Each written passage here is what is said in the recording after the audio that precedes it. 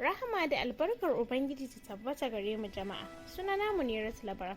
A yau ba karatun littafi zabi ba, muna so mu tsokaci ne akan littafin da muke karantowa, wato zaɓin Allah.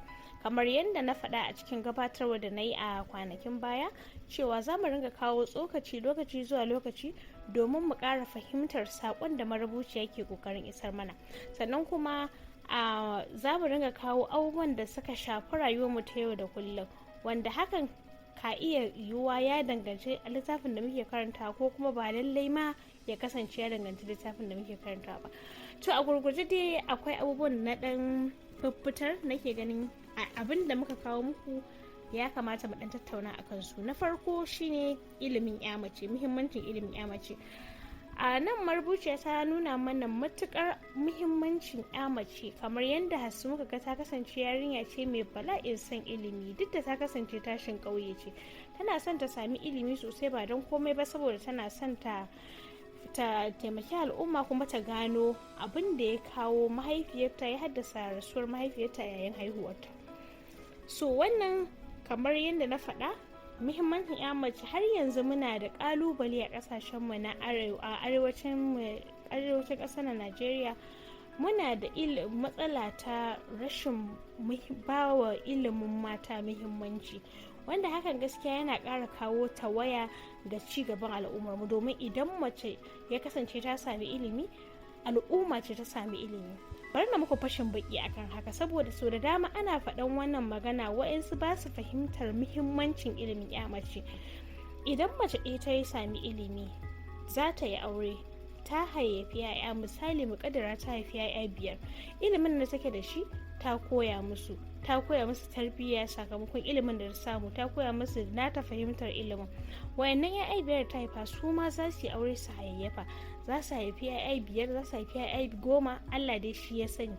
Wayannan 10 da ta suka haifa su ma za su miƙa wannan ilimin da mahaifiyarsa ta koya musu, su ma haka kazalika ƴaƴan da suka haifa su ma haka za su miƙa. So sai ku ga iliminta kaɗai guda ɗaya da ta samu ya yaɗu, ya kasance al'umma ce ta amfana da shi. Wannan shine kaɗan daga cikin muhimmancin ilimin ya mace. Na ɗaya kenan. Abu na biyu da nake son mu ɗan tattauna a gurguje shine muhimmancin auren wuri da kuma illarsa. A nan mun ga cewa marubuciya ta kawo mana irin illar auren wuri, abin da yake jawowa, sakamakon ita kanta mahaifiyar Hasu ta rasa rayuwarta saboda ta yi aure da ƙaramin shekaru, sannan kuma a tafalilin haka ne kasance garin haihuwar Hasu Allah ya ɗauki ranta, wanda har ya kasance mahaifin Hasu Malam Iliya yana fargabar ya ga ya aure da Hasu da ƙaramin shekaru, kar ita ma ta fuskanci abin da mahaifiyarta ta fuskanta, ya kasance har ta rasa rayuwarta. Ba a nan gizo take sakar ba.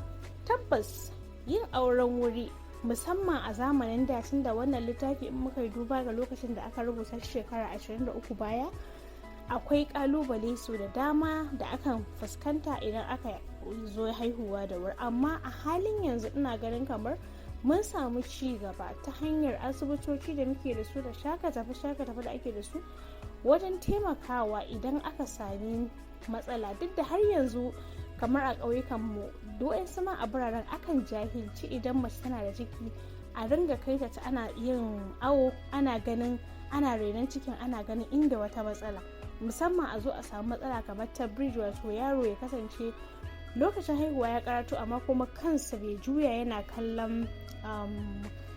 kallon inda zai fita ba. Wannan yakan kawo a samu matsala.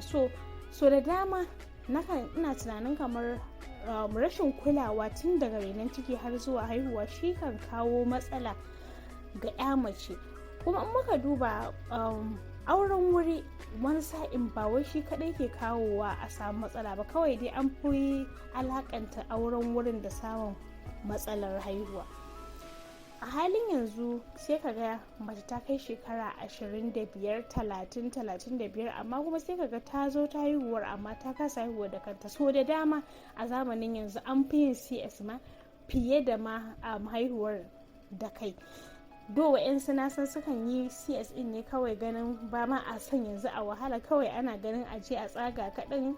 Wa'yansu suna kawo wa'yansu dalilai daban, ko mace ta ce ba ta son ta buɗe ko wani abu, amma ina son mu duba cewa iyayenmu na da ba su samu matsalolikan da yanzu matsalolikan da ake samu ba a yanzu, musamman gurin haihuwa. Kuma gashi a yanzu ba auren wurin ake ba, amma kuma cikin ikon Allah da ƙudurarsa sai kasance kuma an bar yaran sun girma kuma ba iya haihuwar suke yi kansu da wuri ba.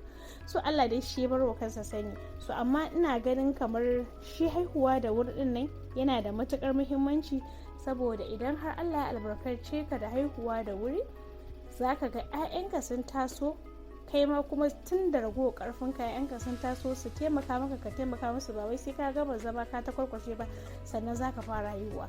Ka kai mai bibi shekara 35-40, wani ma ya kai 45 sannan zai yi auren fari, sai ka ga lokacin da ka tsufa sannan 'ya'yanka suke tasowa.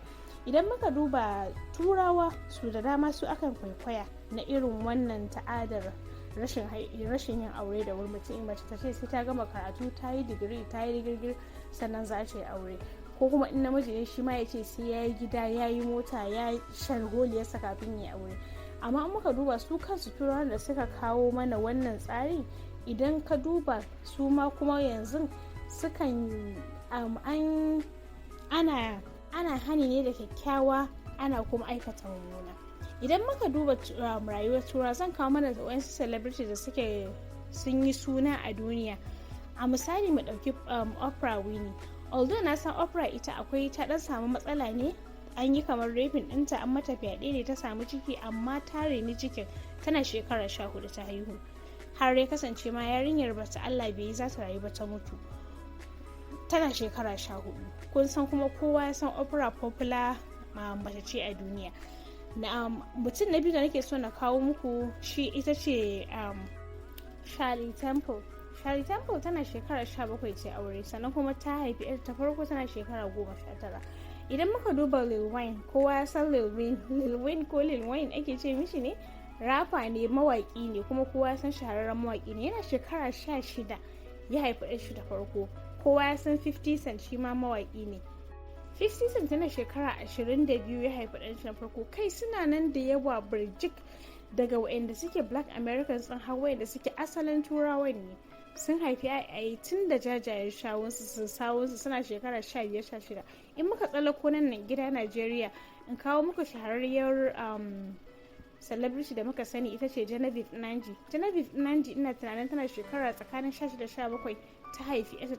Sai dai kuma da ka so ka kai aure da wuri ba kowa bane Allah ya kaddara mashi hakan a rayuwa, musamman zamanin da muke cikin yanzu. Akwai kalubale musamman na nauyin aljihu da kan sa maza su kasa yin aure da wuri, ko kuma su ma matan, tunda ai mazan suke zuwa su nemi matan. Idan namijin bai zo ya nemi macen ba, sai kaga ita ma macen tana zaune ta jima bata sami mijinta ya aure ba. To kowa dai da irin tashi kaddarar, kuma ba ma kowa bane Allah ya kaddara mishi a rayuwa zai aure. Tunda muka duba a musulunci, muka duba sahabban annabi irin su Ibn Taymiyyah, zamu ga cewa bawan Allah ne, kuma yana da ilimi, yana da ɗimbin ilimi, ya zauna da annabi, ya san muhimmancin aure, amma kuma da yake Allah bai kaddara mishi zai auren rayuwar shi ba, bai yi ba. So hakan bai nufin wai ina nufin cewa kowa lallai waɗanda ba su yi aure da wuri ba su tashi hankalinsu cewa kai shekaru na da suke, a'a, wannan ba wai dalili ba ne. Kawai dai ina nuna muku ga wanda Allah ya bashi damar ya yi aure da wurin, in har ka samu dama, akwai kuma yanayi, ba matsala ka yi. In kuma Allah bai baka dama ba, shike. Rahama